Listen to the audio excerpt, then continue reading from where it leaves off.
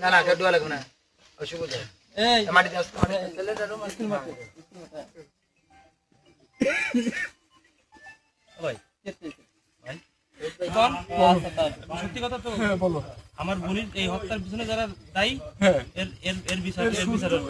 এর বিচার করতে হবে এর সুষ্ঠু তদন্ত এর বিচার আপনি করবেন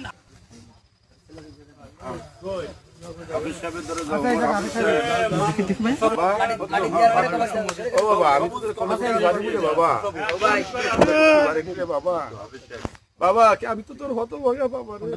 আমি তো কোলেও করতে পারিনি আমি তো কোলেও করতে পারিনি তোরে তোর প্রতি আমার সেই মায়া জন্ম নিনি আমি তোরে কোলে নিনি